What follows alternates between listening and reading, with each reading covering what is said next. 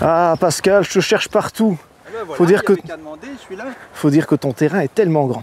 Alors, ici, je voulais te trouver pour voir cet andin que tu as fait ici, qui est très très beau. Mais pourquoi est-ce que tu as fait un andin comme ça, aussi long, en plein milieu de ton terrain?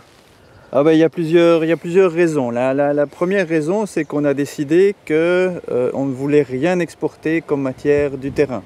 Donc tout ce qu'on produit quelque part, ici des tailles de végétaux, va être réutilisé sur le terrain. Donc on a choisi, dans ce cas-ci, bon, ça peut être broyé, ça peut être valorisé de différentes manières, mais ici on a choisi d'en faire un andin de bois qui a plusieurs fonctions effectivement. En plus, plusieurs fonctions, c'est déjà plutôt joli, enfin moi j'aime bien. On voit qu'il y a un petit peu de tout, il y a surtout du bouleau, du saule tortueux, etc.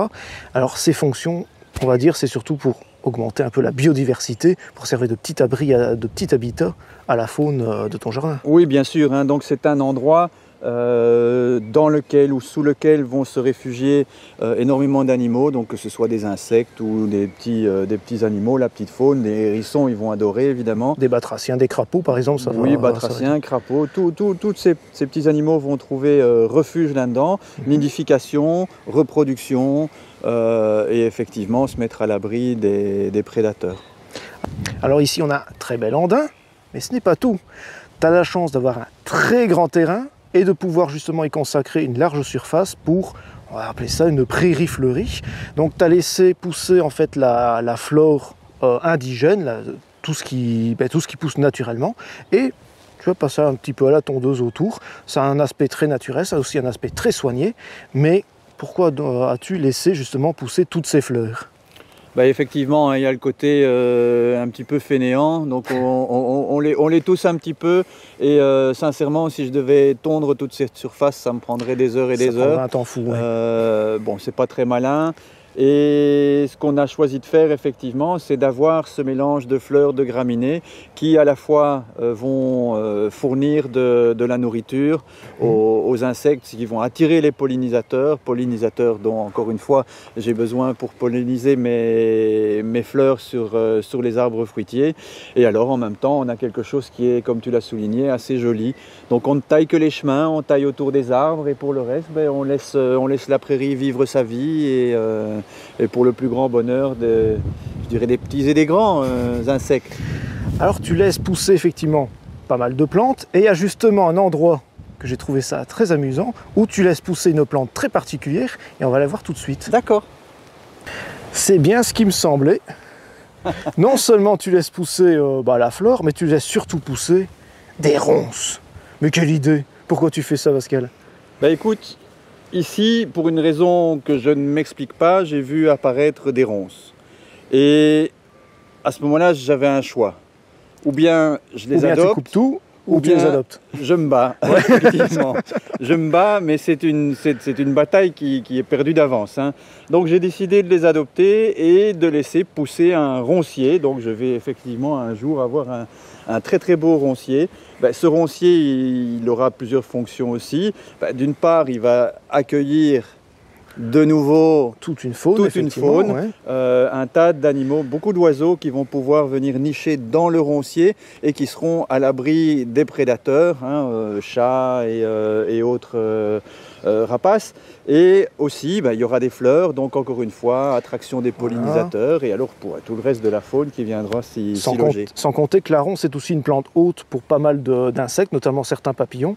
Donc s'il n'y a pas de ronce du tout, il n'y a pas ce type de papillon-là, et donc forcément on va les perdre. C'est un peu le même problème avec les orties, les gens font la chasse aux orties, alors que l'ortie est une plante haute pour énormément de papillons, je pense à la petite tortue, au vulcain, etc. Oui. Alors, tu me parlais des fleurs. Et justement, les fleurs, c'est très très bien pour les insectes pollinisateurs. Et j'entrevois justement un truc très sympa, une ruche. Et on va aller voir ça tout de suite. T'es observateur, toi. Ah, quand même, hein. Ah, dis donc, j'ai l'œil, hein.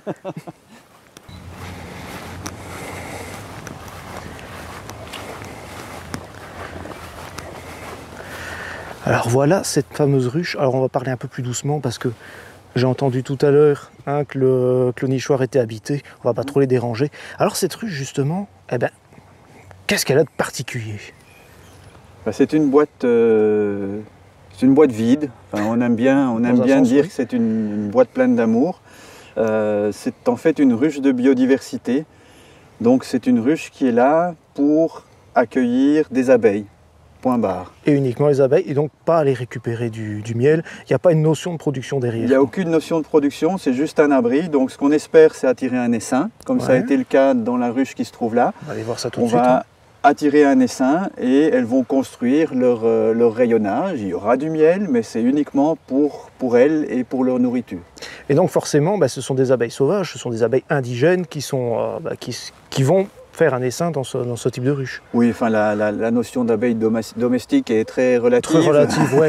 C'est plus compliqué. J'ai jamais regardé la télé avec un essaim sur les genoux, mais effectivement, ce sont des abeilles sauvages et on espère que y a pas mal d'apiculteurs dans la région, qu'un jour une ruche va venir s'installer dans cette boîte. À ce moment-là, elles vont s'établir, elles vont vivre et bien évidemment, elles vont venir polliniser, encore une fois, l'ensemble des plantes et notamment les petits fruitiers qui se trouvent là derrière. Donc, alors pour aider les abeilles, tu ne fais pas que laisser pousser, on va dire, une prairie et surtout mettre des ruches. Tu fais aussi, on va dire, des types de massifs uniquement pour elles.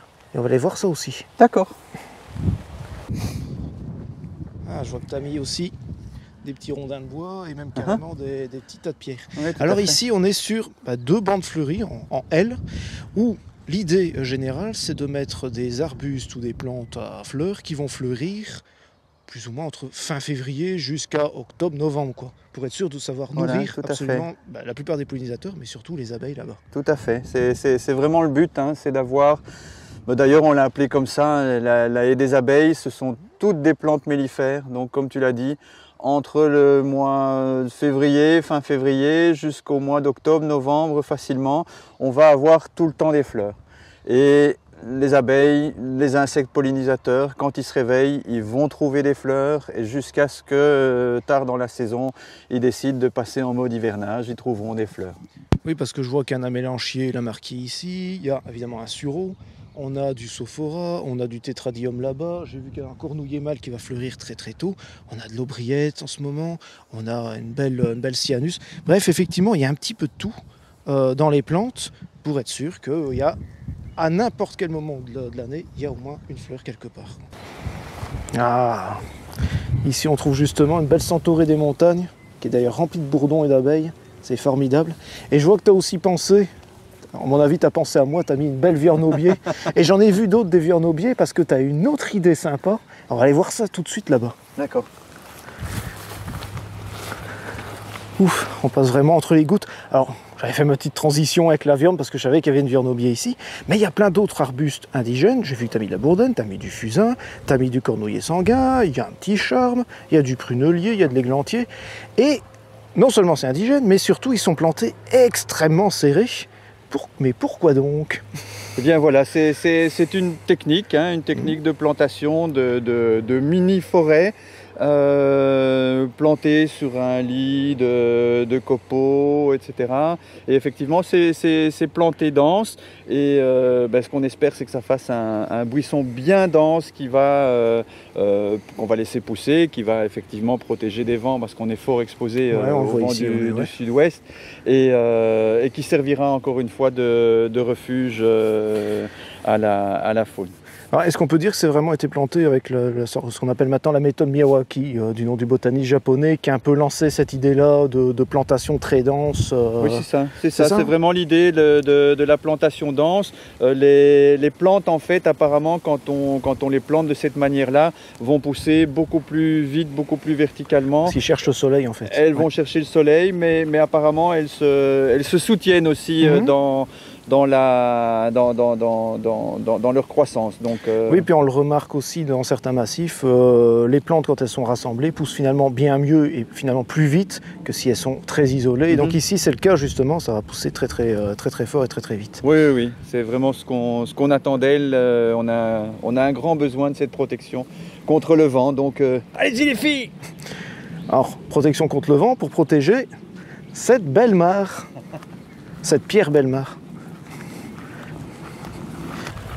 Alors c'est déjà une fameuse surface comme mare, hein. C'est vrai que tu as de la place chez toi, mais là c'est vraiment intéressant. Alors tu me disais que quand on creuse une mare comme ça, il faut faire attention aux profondeurs qu'on fait.